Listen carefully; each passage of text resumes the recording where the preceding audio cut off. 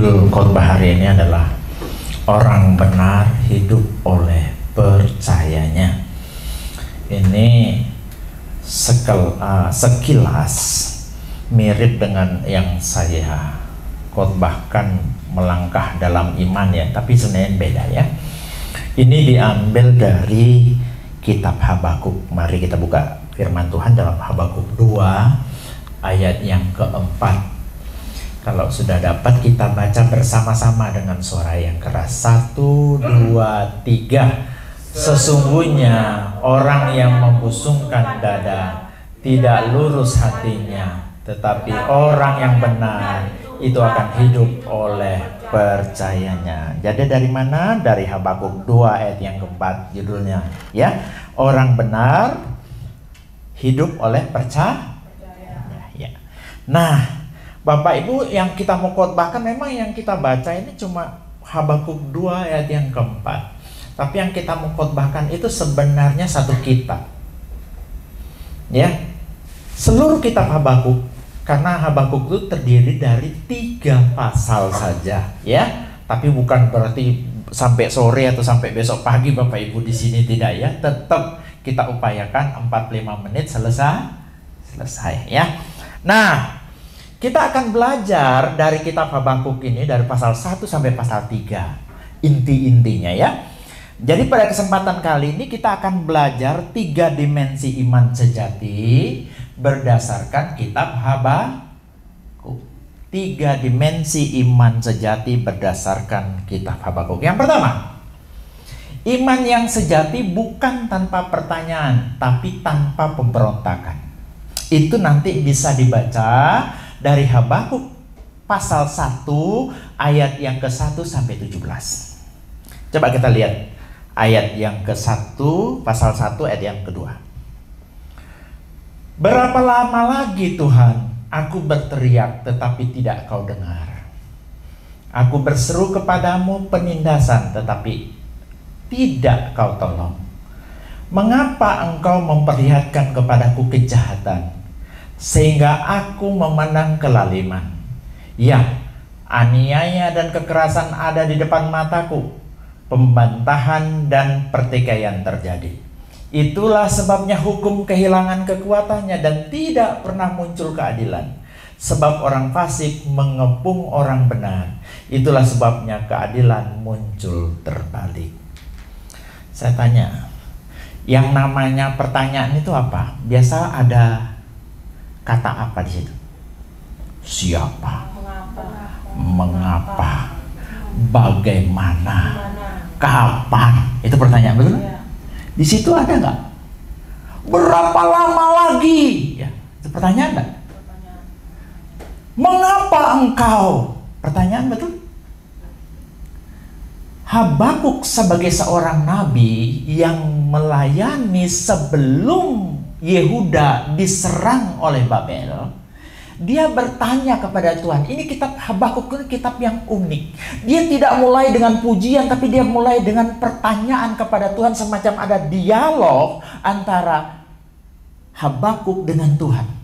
Makanya memperhatikan kitab Habakuk ini seperti kitab dialog antara dia dengan Tuhan. Kemudian Tuhan menjawab. Kemudian Habakuk dalam pasal yang ketiga itu memberi respon terhadap apa yang disampaikan Tuhan. Nah, jadi ada pertanyaan banyak. Dan anehnya Bapak Ibu, kitab Habakuk ini adalah orang yang bisa dikatakan memiliki iman yang sejati. Karena kalau Bapak Ibu nanti teliti bagaimana Habakuk itu, maka bisa dikatakan bahwa Habakuk adalah salah satu nabi yang memiliki iman yang sejati. Namun ironinya, iman yang sejati itu justru banyak bertanya kepada Tuhan. Berapa lama lagi Tuhan saya melihat yang semacam ini? Ya.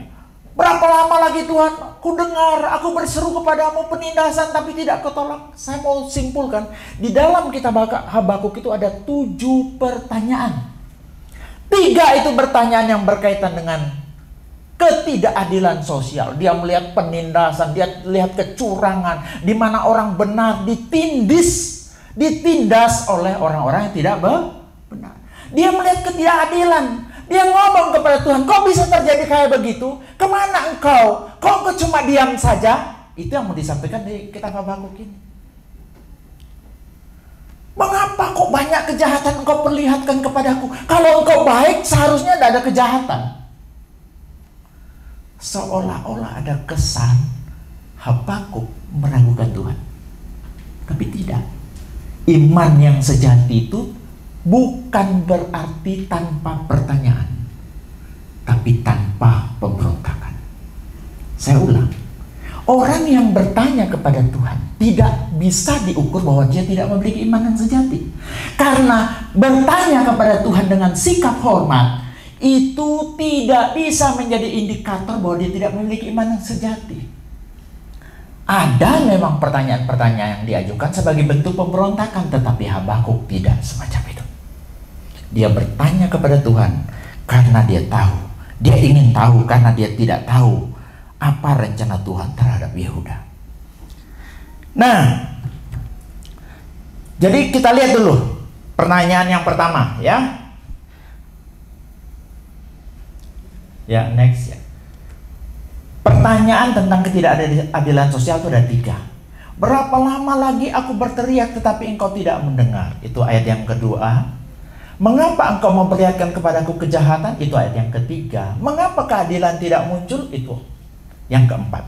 Yang kedua, pertanyaan tentang metode Allah atau cara kerja Allah. Mengapa engkau memandang orang-orang yang berkhianat dan berdiam diri? Itu ayat yang ke-13. Mengapa orang fasik menelan orang yang lebih benar? Itu ayat 13 juga. Apakah mereka terus-menerus menghunus pedang untuk membunuh bangsa-bangsa? Itu ayat yang ke-17. Yang ketiga, pertanyaan tentang karakter Allah. Ini ada 1 sebenarnya. Yang 1 cuma tersirat. Yang tersurat itu 1. Yang tersirat beda dengan tersurat. Bisa ngerti bedanya? Tersurat itu jelas, eksplisit. Sedangkan tersirat itu harus perlu dimengerti maknanya secara hati-hati dan mendalam, baru kita nangkep maksudnya, ya. Jadi secara tersurat cuma 1. Bukankah matamu terlalu suci untuk melihat kejahatan? Pertanyaan juga kan? Jadi Habakuk itu hidupnya penuh dengan pertanyaan kepada Tuhan. Tapi justru banyaknya pertanyaan tidak bisa jadi bukti itu bukan iman yang sejati. Iman sejati itu dimiliki oleh Habakuk yang ditandai justru dengan adanya pertanyaan. Tapi pertanyaan yang disampaikan itu bukan pertanyaan yang mengandung pemberontakan. Karena hanya pertanyaan yang mengandung pemberontakan yang tidak bisa dikatakan iman yang sejati. Jadi begini, bertanya adalah bagian dari iman yang hidup. Dalam Alkitab, orang-orang yang benar dalam iman justru sering mengajukan pertanyaan kepada Tuhan. Mereka bertanya bukan karena tidak percaya, melainkan karena mereka percaya Tuhan peduli dan punya jawaban. Iman mereka justru mendorong mereka untuk datang kepada Tuhan dengan kejujuran. Jadi bertanya bukanlah tanda kelemahan iman, melainkan untuk bentuk keintiman dengan Tuhan. Maksudnya begini, sama dengan saya dan Bapak Ibu, kalau kita tanya, mengapa Tuhan? Apakah itu artinya kita tidak beriman? Tidak. Kalau itu didasari keingintahuan kita tentang rencana Tuhan, itu bukan bentuk iman bukan salah satu bentuk iman yang tidak sejati, ya. Jadi kalau kita punya pertanyaan itu hal yang wajar. Misalnya kita ada masalah berat. Kenapa Tuhan? Apa tujuan Tuhan di balik masalah yang berat ini? Ketika kita bertanya semacam itu secara jujur, ingat, Tuhan tidak alergi dengan pertanyaan. Ya, Tuhan tidak alergi dengan pertanyaan-pertanyaan kita dan tidak akan menganggap kita orang yang tidak beriman. Tapi justru itu adalah bentuk keingintahuan kita tentang rencana Tuhan. Karena kita ini manusia biasa yang penuh dengan keterbatasan. Kalau Bapak Ibu nanti buka dalam Alkitab, begitu banyak dalam Alkitab itu tokoh-tokoh dalam Alkitab yang bertanya kepada Tuhan. Contoh misalnya Ayub. Coba kita lihat. Ayub dalam ayat 13 ayat 24 bilang begini, mengapa engkau menyembunyikan wajahmu dan menganggap aku sebagai musuhmu? Bertanya enggak? Bertanya, betul? Kemudian sikap Ayub. Ayub bergumul dengan penderitanya. Ia bertanya, protes dalam tanda petik ya, menangis, tapi tetap berdoa. Ia tidak meninggalkan Tuhan atau menyangkalnya. Karena banyak orang Bapak Ibu bertanya kepada Tuhan, protes sama Tuhan, meninggalkan Tuhan. Tetapi Ayub tidak. Mungkin dia protes dalam tanda petik kepada Tuhan, tetapi dia tidak meninggalkan Tuhan. Dia tidak kecewa sama Tuhan, dia tidak marah sama Tuhan. Ya. Bukti imannya apa? Nanti bisa dilihat dalam Ayub 19 ayat 25. Tetapi aku tahu penebusku hidup. Ayub jujur bertanya, tapi tetap percaya dan menyembah. Hari ini banyak orang yang bertanya, Tuhan mengapa, tetapi hilang dari hadapan Tuhan. Pergi meninggalkan Tuhan.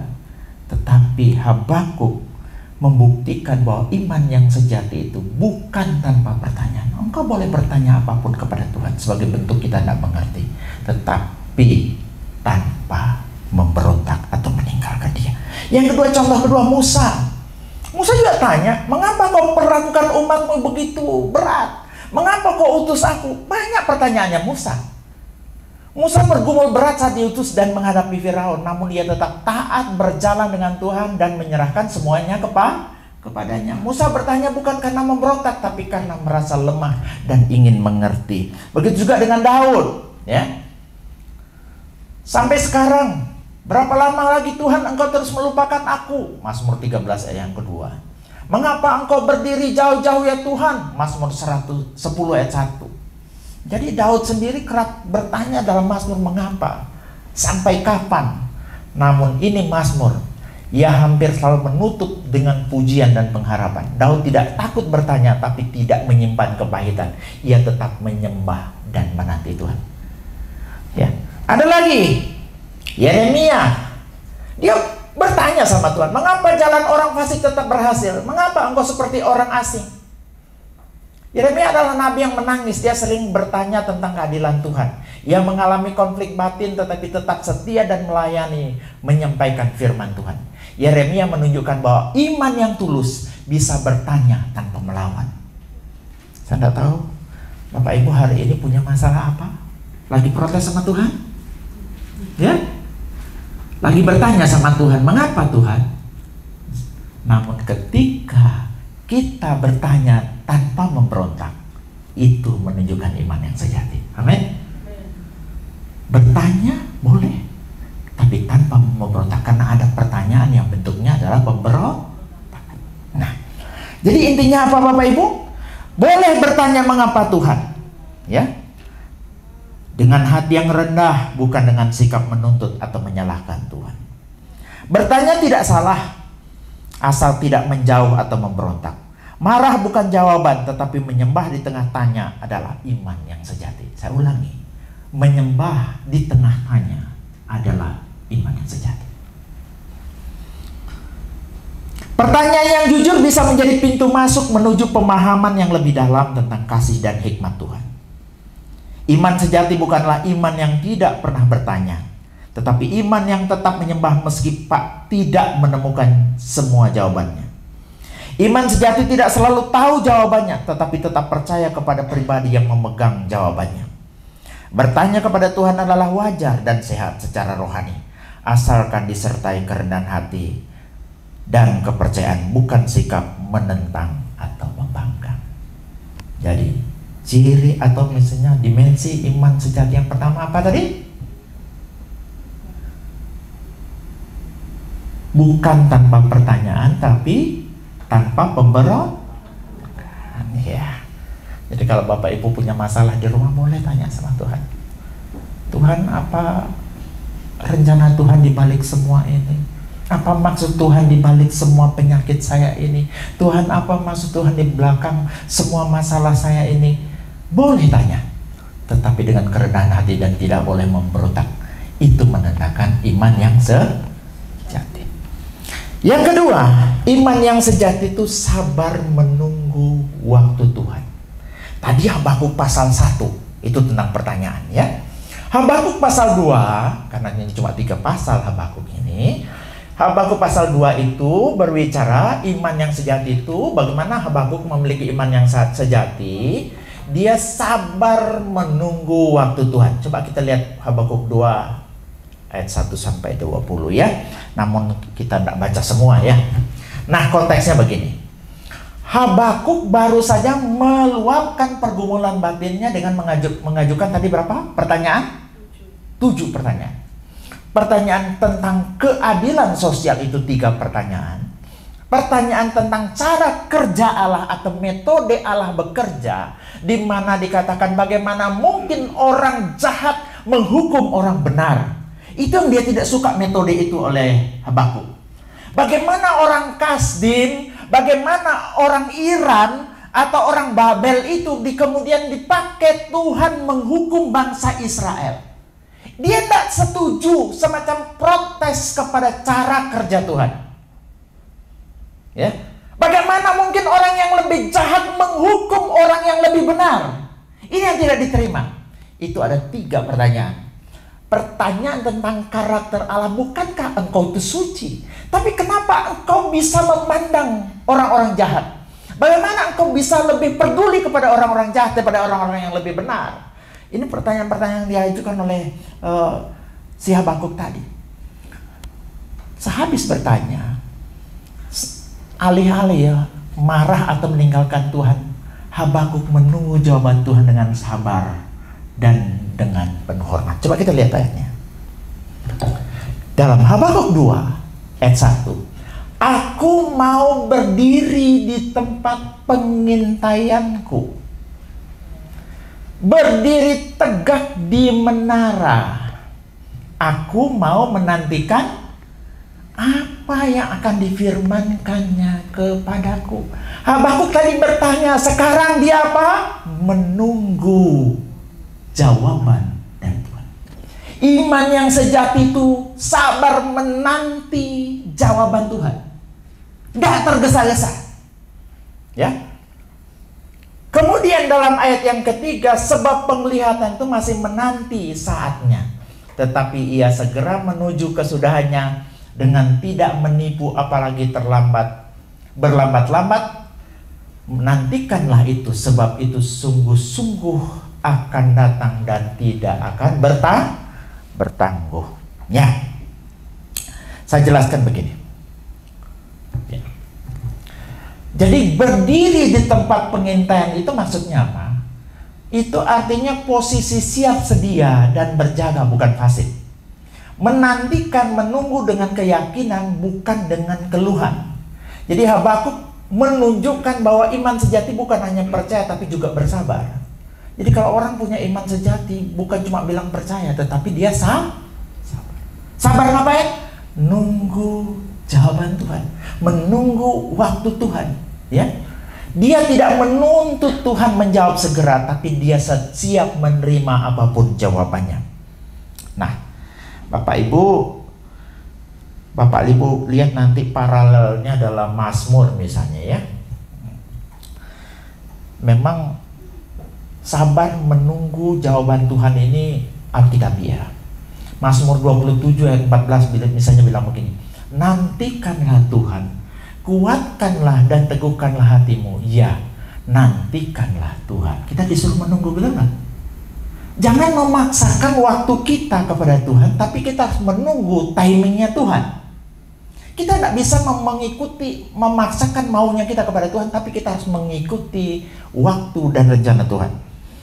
Pengkhotbah 3 ayat 11, ia membuat segala sesuatu indah pada waktunya, bahkan ia memberikan kekekalan dalam hati mereka. Tetapi manusia tidak dapat menyelami pekerjaan yang dilakukan Allah dari awal sampai akhir. Mengapa harus sabar menanti? Coba next slide. Kenapa kita harus sabar masalahnya? Karena Allah bekerja dalam waktunya sendiri. Bapak Ibu, kata waktu di dalam Alkitab itu ada 2. Satu namanya Kronos, yang satu namanya Kairos. Kronos inilah muncul istilah kronologi, ya. Jadi ada urutan-urutan dalam sejarah, tetapi ada namanya Kairos. Kita tinggal di Kronos, Allah tinggal di Kairos. Nah, Allah punya timing sendiri, kita punya waktu sendiri. Ya. Nah, kita itu yang tinggal di Kairos ini cenderung ingin cepat, sementara Tuhan yang tinggal di Kairos ingin tepat. Bisa nangkep ya? Kita yang tinggal di Kairos ini, Kronos ini selalu inginnya serba yang cepat, instan, apa-apa maunya cepat. Hari ini selesai, besok selesai. Sementara Tuhan tidak begitu cara kerjanya. Tuhan punya timing sendiri. Kenapa penting juga kita harus sabar? Karena penantian melatih iman dan ketekunan. Justru di waktu iman diuji, justru ketika Tuhan seolah-olah diam. Ketika Tuhan diam, disitulah sebenarnya karakter dan ketekunan kita dilatih. Ya, kita doa seperti tidak dijawab, belum dijawab. Sebenarnya Tuhan lagi nguji, ngetes, membenahi karakter kita supaya kita belajar lebih sabar. Bapak Ibu, orang yang ingin tahu nggak? Bapak Ibu nanti kaget ketika ingin ngambil komitmen sabar di hadapan Tuhan. Itu tidak simsalabim loh. Tiba-tiba dikirim orang yang menjengkelkan. Benar? Loh, ya katanya doa minta sabar. Setelah dikirim orang menjengkelkan tidak sah. Padahal itu cara kerja Tuhan. Tidak ada orang sabar tuh simsalabim besok langsung sabar. Nggak ada, kecuali Sabarudin ya. Kalau yang sabar beneran selalu butuh proses, ya. Jadi iman diuji justru ketika Tuhan seolah diam. Yang kedua, ketiga, karena Tuhan sedang mempersiapkan kita untuk menerima yang lebih baik. Kadang penundaan Tuhan bukan penolakan, melainkan proses pembentukan karakter. Apa yang kita sebut terlambat seringkali adalah bagian penting dari cara Tuhan menyusun kisahnya. Kemarin di Harvest saya kasih tunjuk gambar pasel. Pasel itu Bapak Ibu ada lukisan terdiri dari beberapa pasel. Tahu pasel ya? Ada kepingan-kepingan pasel.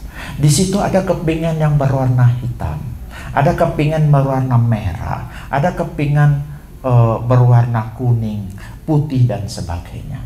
Anggaplah ada berapa dari ribuan pasal sebuah lukisan tersebut. Ada kepingan yang berwarna hitam.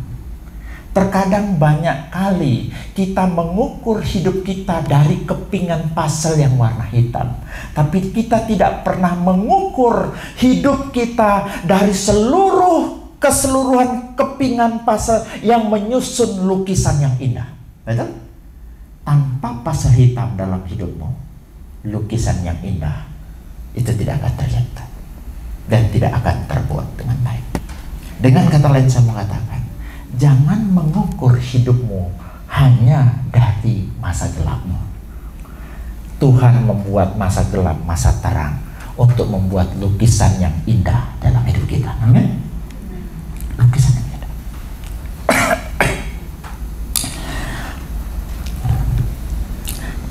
Saya beri contoh. Abraham, Bapak Ibu dia pengen punya anak. Abraham itu sudah masa dimana dikatakan orang laki itu mungkin tidak semaco masih muda ya. Sarah dikatakan sudah menopause. Bagaimana mungkin dalam ilmu kedokteran orang yang menopause dengan orang yang sudah hendak kuat lagi bisa menghasilkan anak? Suatu saat datanglah malaikat Tuhan, ada yang bilang itu Teofani, datang kepada Abraham dan Sarah, menjanjikan bahwa dia akan dapat anak. Setelah dia dapat janji itu, apakah langsung dia dapat anak? Besoknya langsung brojol? Butuh waktu 25 tahun. Nggak gampang. Jadi mereka harus menunggu 25 tahun sebelum Ishak lahir. Bahkan mereka sempat tergoda dengan solusi manusia. Kamu kawin itu. Siapa? Si Hagar. Supaya kamu dapat anak. Akhirnya dapat anak yang namanya Ismail. Tapi akhirnya Abraham tetap percaya. Ini ditegaskan dalam Roma 4 ayat 20-21. Tapi terhadap janji Allah, ia tidak bimbang karena ketidakpercayaan. Ia yakin bahwa Allah berkuasa untuk melaksanakan apa yang telah dijanjikan. Apa pelajarannya? Iman sejati mampu menunggu meski terlihat mustahil secara manusia. Jadi iman yang sejati itu pasti sabar menunggu. Iman yang sejati itu bukan berarti tidak boleh tanya, tapi tidak boleh memberontak. Iman yang sejati itu sabar nunggu. timingnya Tuhan, waktunya Tuhan. Kapan Tuhan mau selesaikan masalah kita? Kita harus sabar. Contoh kedua, Daud. Daud itu sudah dilantik, bahkan sudah diurapi menjadi raja oleh Samuel, masih muda. Tetapi apakah langsung dia jadi raja? Tidak. Kalau mau dihitung-hitung, dia dari diurapi jadi raja sampai dia kemudian secara de jure sudah diurapi menjadi raja, tapi secara de facto belum. Dia butuh waktu 15 tahun sebelum benar-benar menjadi raja. Butuh waktu, betul? Tuhan punya timing sendiri. Selama itu ia dikejar-kejar Saul, bahkan apa yang Tuhan janjikan seperti tidak akan terwujud, karena dia semakin dikejar-kejar. Tapi apakah Daud gunakan kesempatan? Sebenarnya kalau dia ingin cepat jadi raja, waktu di dalam gua Adullam, dia bisa bunuh Saul waktu itu, kalau dia ingin cepat jadi raja. Tapi Daud itu orangnya sangat percaya pada waktunya Tuhan. Kalau belum waktunya Tuhan, biar kita mau jungkir balik, ya, tidak akan pernah terwujud apa yang kita mau. Jadi pelajarannya apa? Daud tahu bahwa waktu Tuhan lebih penting daripada ambisi pribadi. Ia menanti tahta dengan kesabaran dan hormat pada kehendak Allah. Ini belajar waktunya Tuhan. Untuk jadi gembala, belajar waktu Tuhan.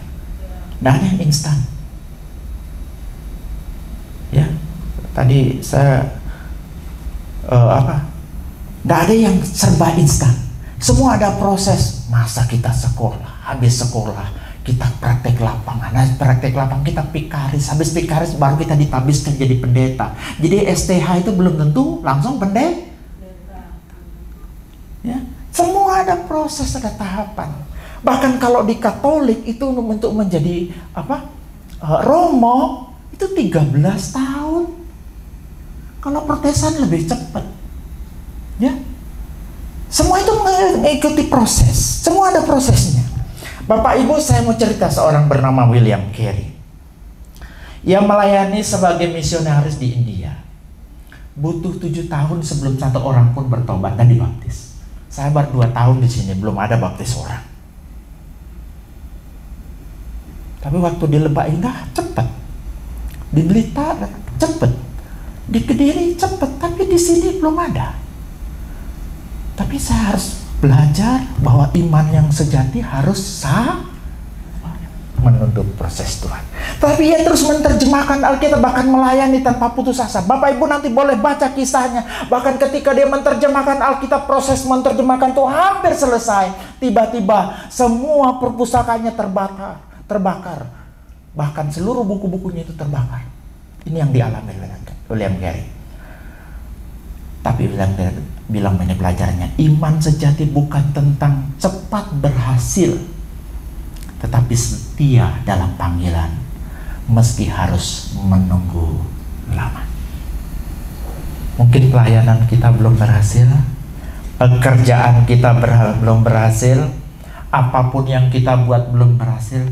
Sabar, tunggu prosesnya Tuhan. William Carey ini hidup antara tahun 1761 sampai 1834. Silakan Bapak Ibu searching sendiri ya. Yang kedua ada George Miller. Ini orang yang hidup pada tahun 1805 sampai 1898. Dia ini pendiri panti asuhan, bahkan menampung ribuan anak tanpa pernah meminta uang kepada manusia. Ini George Miller nggak ekstrim, ngandalin doa. Pokoknya kalau nggak ada makanan di panti asuhan dia berdoa. Tiba-tiba nggak tahu kenapa ada mobil mogok bawa roti ke tempatnya dia. Dia tak alergi dengan minta-minta kepada manusia, ya. Dia cuma mintanya kepada Tuhan. Tapi nanti Tuhan kirim dengan cara yang luar biasa. Nah, kurang lebih dia 50 tahun Bapak Ibu untuk berdoa minta supaya 5 sahabatnya itu diselamatkan. 3 bertobat selama masa hidupnya. 1 bertobat setelah Muller meninggal, dan 1 bertobat beberapa waktu setelah dia dikuburkan. Tuhan punya timing sendiri, betul? Dan iman yang sejati sabar menunggu waktunya Tuhan, bukan waktu kita. Jadi apa pelajarannya? Iman sejati terus berdoa dan menanti, bahkan jika jawaban yang datang setelah kematian. Wah, luar biasa. Jadi apa pelajarannya Bapak Ibu? Iman sejati adalah iman yang tidak hanya percaya saat terang, tetapi juga sabar menunggu dalam gelap. Iman yang sejati tidak menuntut waktu Tuhan mengikuti keinginan kita, tetapi menyesuaikan hati kita untuk percaya pada waktunya. Waktu Tuhan mungkin tidak cepat, tapi selalu tepat. Iman yang sejati bukan hanya percaya saat menerima jawaban, tapi justru sabar menunggu saat langit tampaknya diam. Waktu Tuhan tidak pernah salah dan Dia sedang bekerja bahkan saat kamu menunggu. Luar biasa, betul? Ada lagunya itu. Waktu Tuhan pasti yang terbaik, walau kadang tak mudah dimengerti. Lewati cobaan, ku tetap percaya waktu Tuhan pasti yang terbaik. Iman yang sejati yang pertama bukan tanpa pertanyaan, tetapi tanpa pemberontakan. Iman sejati yang kedua selalu yang sabar menunggu waktunya Tuhan. Nggak tahu apa yang Bapak Ibu lagi gumulkan? Ada yang sedang bergumul cari jodoh? Sabar, ya. Tuhan punya waktu. Ada yang punya pergumulan, pengen dapat pekerjaan baru? Kalau belum, sabar. Karena semua itu adalah bentuk atau manifestasi dari iman yang sejati. Iman yang sejati bukan cuma kekuatan percaya, tapi kesabaran menunggu janji Tuhan digenapi. Amin. Yang terakhir, itu lagi 15 menit, pas 45 menit kan? Tiga pasal loh. Ya, iman yang sejati bersukacita dalam segala keadaan. Jadi tadi poin besar yang satu atau pokok besar ke satu itu pasal 1, pokok besar kedua itu pasal 2, dan pokok besar yang ketiga itu pasal 3. Jadi satu kitab yang kita pelajari hari ini. Iman yang sejati bersukacita dalam segala keadaan. Habakuk 3 ayat 1 sampai 19. Tapi kita tidak baca semua, ya. Jadi pasal 3 adalah klimaks kitab Habakuk. Sebuah doa pujian yang luar biasa. Meskipun situasi eksternal belum berubah, hati Habakuk telah bertransformasi. Jangan berpikir pasal 3 ini doa-doa yang diharapkan oleh Habakuk itu sudah dijawab. Belum ada yang berubah. Di luar sana tetap bangsa Babel mau menyerang. Ketidakadilan sosial tetap terjadi.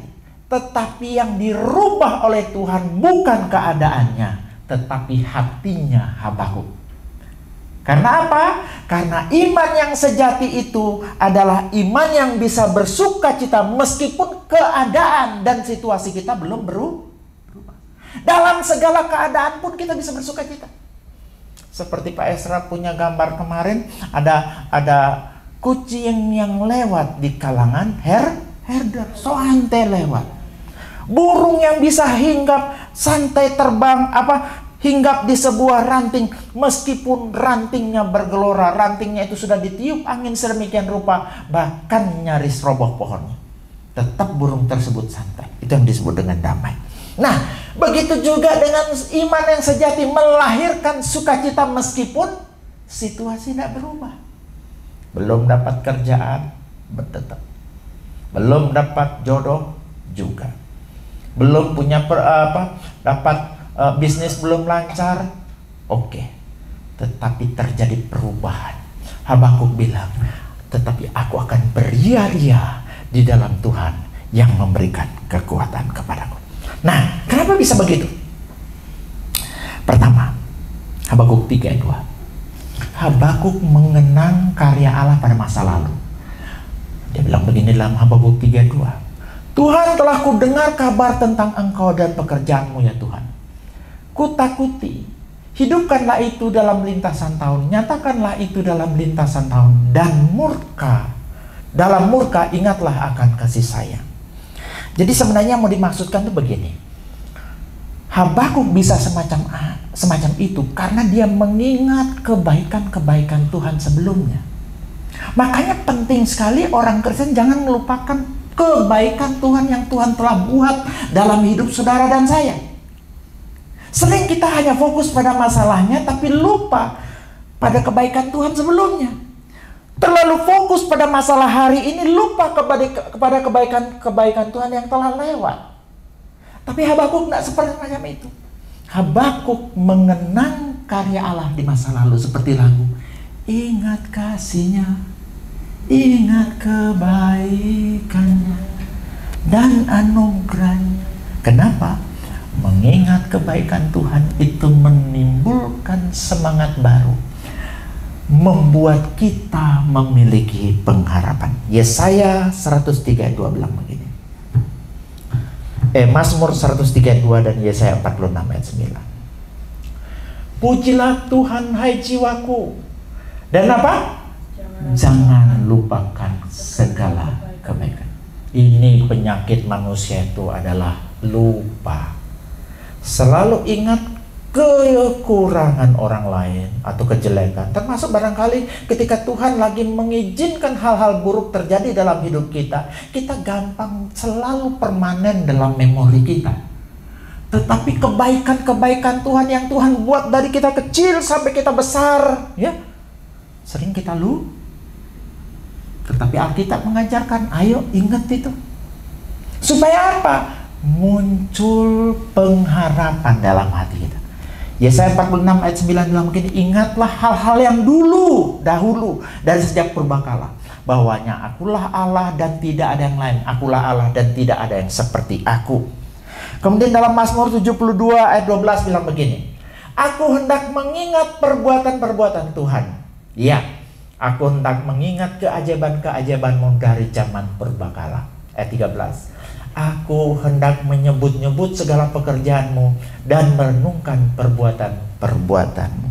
Ayo, ingat terus kebaikan Tuhan, amin. Dengan begitu, kita akan memiliki pengharapan. Saya jelaskan sedikit. Next. Ya. Sebelumnya, Habakuk teringat bagaimana Allah pernah bertindak dahsyat bagi umatnya. Seperti dalam pembebasan dari Mesir, Gunung Sinai, atau penaklukan tanah perjanjian. Ini membuat imannya bangkit kembali walau keadaan sekitar belum membaik.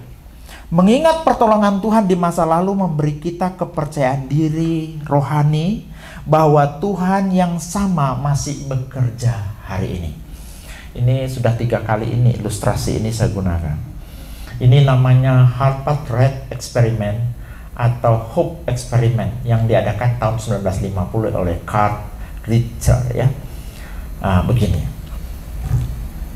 Untuk menguji seberapa lama tikus dapat bertahan berenang di air sebelum menyerah, tenggelam, serta faktor apa-apa yang membuat tikus bertahan lebih lama. Ya, next. Ini teori Hope Experiment atau percobaan Hope Experiment ini. Langkah pertama, Bapak Ibu, tikus tanpa bantuan. Richard memasukkan beberapa tikus liar ke dalam bejana berisi air. Hasilnya, semua tikus hanya bertahan kurang lebih 15 menit sebelum menyerah dan pada akhirnya tenggelam. Ya, tenggelam. Nah, langkah kedua, ketika tikus sudah tenggelam, sudah nyerah, mati, dicobalah tikus yang kedua, dimasukkan lagi ke dalam air. 15 menit hampir tenggelam, diambil. Dilapi, dihanduki, dikasih makan, dipelihara dengan baik. Kemudian beberapa ekor tikus ini di kemudian hari, setelah dia pulih tenaganya, dicemplungkan lagi ke dalam air, dimasukkan lagi ke dalam air. Sampai di dalam air, ternyata kemampuan tikus berenang itu berubah drastis. Ya, next. Hasil mengejutkan. Tikus-tikus itu kini berenang hingga 60 jam. Ini tahun 50 ini eksperimen yang sifatnya sains ya, bukan sembarang eksperimen ya. Tikus-tikus ini berenang hingga 60 jam, lebih lama 240 kali lebih lama daripada kelompok pertama. Pertanyaannya, apa yang membuat tikus ini tadi berenang cuma mampu 15 menit, sekarang mampu 240 atau mampu 60 jam? Apa yang membuat tikus ini mampu berenang 60 jam? Sebenarnya kemampuan tikus cuma 15 jam. Adalah pengharapan. Pengharapan itu muncul karena apa? Dia mengingat, kalau dulu saya pernah ditolong, hari ini saya ditolong kembali.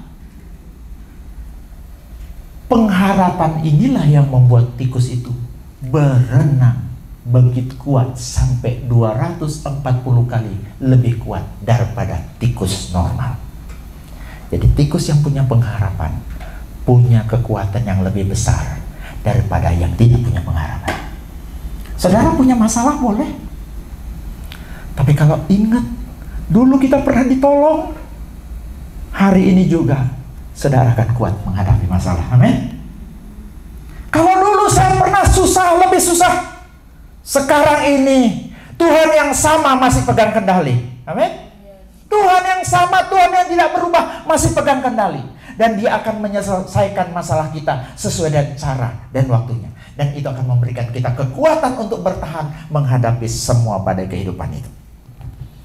Saat kita menghadapi masalah keuangan, masalah kesehatan, masalah relasi, masalah pekerjaan, masalah bisnis, ingatlah bagaimana Tuhan pernah menolong Anda dulu. Itu akan menumbuhkan keyakinan bahwa Dia tidak berubah. Ibrani 13 ayat 8. Iman yang sejati menguat dengan mengingat kesetiaan Allah di masa lalu. Coba belajar buat jejak kasih Tuhan. Ini saya punya istilahnya. Coba kita belajar membuat jejak kasih Tuhan. Catat, tahun sekian saya ditolong, tahun ini saya ditolong Tuhan begini, tahun berikut saya ditolong Tuhan. Tanpa Bapak Ibu sadari, itu akan memperkuat iman percaya kita dan pengharapan kita, sehingga kita tidak tenggelam oleh masalah kita. Amin. Ya. Yang kedua, ya, saya tambahkan sedikit. Saat menghadapi hari esok yang menakutkan, lihat ke belakang dan katakan, Tuhan sudah membawaku sejauh ini. Dia pasti tidak akan meninggalkanku. Amin. Tuhan sudah membawaku sejauh ini. Dia tidak akan meninggalkanku. Yang kedua, Habakuk. Ya, lagi 2 menit. Habakuk menyadari kedaulatan Allah atas keseluruh alam semesta. Ayat 3-15 menggambarkan Allah sebagai prajurit ilahi yang mengendalikan alam, gempa, hujan, panas, matahari, dan bulan. Ini bukan hanya puisi, tapi pengakuan iman. Allah tetap berdaulat, bahkan ketika manusia bingung dan takut. Pelajarannya di sini adalah iman sejati tumbuh saat kita melihat betapa besar dibandingkan dengan besarnya masalah kita. Saya, Bapak Ibu, kapan hari di Bandara Juanda melihat pesawat jenis Airbus A380. Itu kalau tidak salah itu pesawat penumpang terbesar saat ini. Dan ternyata Airbus A380 itu kalau dibandingkan dengan pesawat-pesawat yang sering kita naiki, misalnya masih di dalam negeri ini, itu kecil banget ya. Misalnya Airbus A320 yang melayani domestik ya. Atau misalnya Boeing 737 entah seri berapa, seri 700, seri 800, New Generation atau seri 900 yang manapun itu, kalau disandingkan dengan A380 kecil banget. Kenapa kita bisa lihat pesawat itu kecil? Karena sebelumnya kita lihat yang besar. Kalau engkau fokus pada Allah yang besar, yang lain kelihatan kecil. Amin. Ketika engkau fokus pada Allah yang besar, masalahmu jadi kecil. Masalah sebesar apapun, yang penting kita fokus pada yang besar. Jadi, ini yang pertama. Bapak Ibu tahu nggak alam semesta itu sebenarnya batasnya di mana? Alam semesta itu menurut hasil penemuan terbaru dari observatorium yang lebih canggih seperti James Webb Space Telescope ya, JWST. Dia katakan begini, bahwa alam semesta itu setelah diteropong itu mempunyai jumlah 1 ya sampai 2 triliun galaksi. 1 sampai 2 triliun galaksi. Yang lalu, penemuan yang lalu mengatakan cuma bermiliar-miliar galaksi. Ternyata 1 sampai 2 triliun galaksi.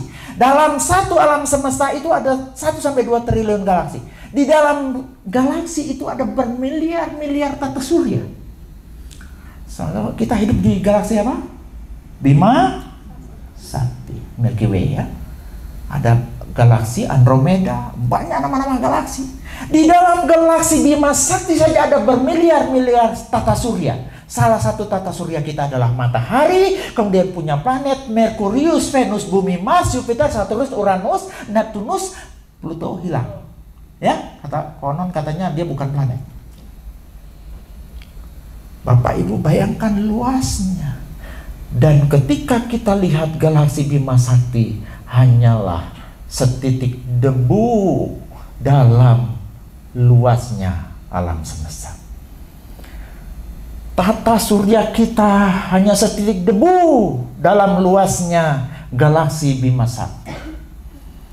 Dan dalam tata surya kita, bumi hanyalah setitik debu di dalam besarnya planet-planet lain dibandingkan planet Jupiter, misalnya planet besar di dalam sistem tata surya kita. Dan saudara dan saya, kita manusia hanya setitik debu dalam luasnya hamparan planet bumi. Dan semua alam semesta itu hanya setitik debu di dalam Allah. Bayangkan betapa besarnya Allah kita dibandingkan masalah kita. Amin. Ketika engkau fokus pada Allah yang besar, semua masalah jadi kecil. Jangan fokus pada masalahnya. Lihat di Allah yang besar. Dia Allah yang berdaulat. Dia yang menguasai seluruh alam semesta. Dia menguasai seluruh bumi. Dia menguasai orang Kasdim. Dia menguasai orang Babel. Bahkan musuh-musuh yang ada di muka bumi ini, Tuhan izinkan dikirim kepada kita dengan tujuan khusus. Jangan pernah protes ketika ada musuh yang dikirim sama kita. Itu melatih kita. Besi menajamkan besi. Amin. Ya, Tuhan punya rencana yang indah membentuk karakter kita. Ya, yang ketiga, dikit lagi. Habakuk membuat komitmen iman meski segala sesuatu belum membaik. Sekalipun pohon ara tidak berbunga. Sekalipun pohon ara tidak berbunga. Memang doanya sudah dijawab. Habakuk mendapati fakta bahwa ternyata ujung-ujung memang Babel menyerang. Kemudian didapati bahwa pohon ara tidak berbunga. Ya, pohon ara tidak berbunga, pohon anggur tidak berbuah, hasil pohon zaitun mengecewakan, ladang-ladang tidak menghasilkan, bahkan makanan kambing domba terhalau semua dari kurungan, dan tidak ada selembu sapi dalam kandang. Tidak ada apa-apa, sudah habis, sudah. Saya ingat seorang bapak datang sama pendeta, "Bapak, habis sudah. Saya habis, sudah tidak punya apa-apa. Saya sudah tidak punya apa, benar-benar saya habis. Sudah tidak apa-apa lagi yang saya bisa punyai." Oh, kalau begitu Pak, kok Bapak tidak bilang kalau Bapak kehilangan anak-anak, kehilangan istri? Oh, tidak begitu maksud saya. Anak-anak tetap ada, tapi istri juga masih ada. Maksud saya harta saya. Oh, berarti belum kehilangan segalanya. Betul? Nah, Bapak Ibu, ini gambaran orang yang kehilangan segalanya, habis. Tapi dari sisi ekonomi bisa jadi juga anak istrinya ditawan. Tapi Habakuk bilang, "Namun aku akan bersorak-sorai di dalam Tuhan, beria-ria dalam Allah yang menyelamatkan aku." Aneh, doa tidak dijawab, faktanya tidak punya apa-apa, tapi dia bisa beria-ria di dalam Tuhan. Lucu kan? Kenapa? Iman yang sejati. Iman yang sejati itu bisa bersukacita meskipun tidak punya apa-apa. Amin. Iman yang sejati itu kita tetap bisa beria-ria di dalam Tuhan meskipun doa kita belum dijawab, persoalan kita belum diangkat, sakit penyakit kita masih ada, pergumulan persoalan keluarga kita masih ada, semuanya masih ada. Tetapi Iman yang sejati akan membuat kita bisa beria-ria di dalam Tuhan. Karena damai yang ada di dalam yang Tuhan taruhkan. Kemarin Pak Esra khotbah tahu, berdamai dengan Tuhan, damai yang di dalam hati, dan berdamai dengan itu. Ini kebahagiaan sejati, ya. Jadi ini adalah deklarasi iman yang tanpa syarat. Aku tidak bersuka cita karena hasil panen atau karena segala sesuatu berjalan lancar, tapi karena Tuhan sendiri. Sukacita bukan dari situasi, tapi dari relasi. Inilah puncak iman, memiliki Allah lebih dari cukup walau kehilangan segalanya. Ada sebuah lagu yang sangat bagus yang nanti akan kita nyanyikan, ya. Coba next, judulnya WGTB ini lagu, ya. Sebenarnya ini singkatan, ini lagu baru. Walau gunung tak beranjak, disingkat walau gunung tak berpindah, ya. Ini lagu disingkat di YouTube, padahal baru keluar 1 bulanan ini kalau tidak salah, ya. Ini hampir menyimpulkan khotbah hari ini. Coba lihat poin pertama. Jiwaku bertanya, apakah masih ada harapan melewati tangisan, rasa sesak tidak. Iman sejati tadi bukan tanpa betul? Tapi tanpa pemberontakan. Ada nggak jiwaku bertanya? Betul? Imanku berkata, Tuhanku yang pegang kuasa. Dikatakan tadi, Tuhan pegang kendali. Yang besar itu pegang kendali atas semuanya. Atas bangsa-bangsa, atas semuanya dia pegang kendali. Dia selalu bekerja meski mataku tak melihat. Ini poin ketiga. Walaupun gunung itu tak berpindah, sama dengan walaupun pohon ara tidak berbuah, betul nggak?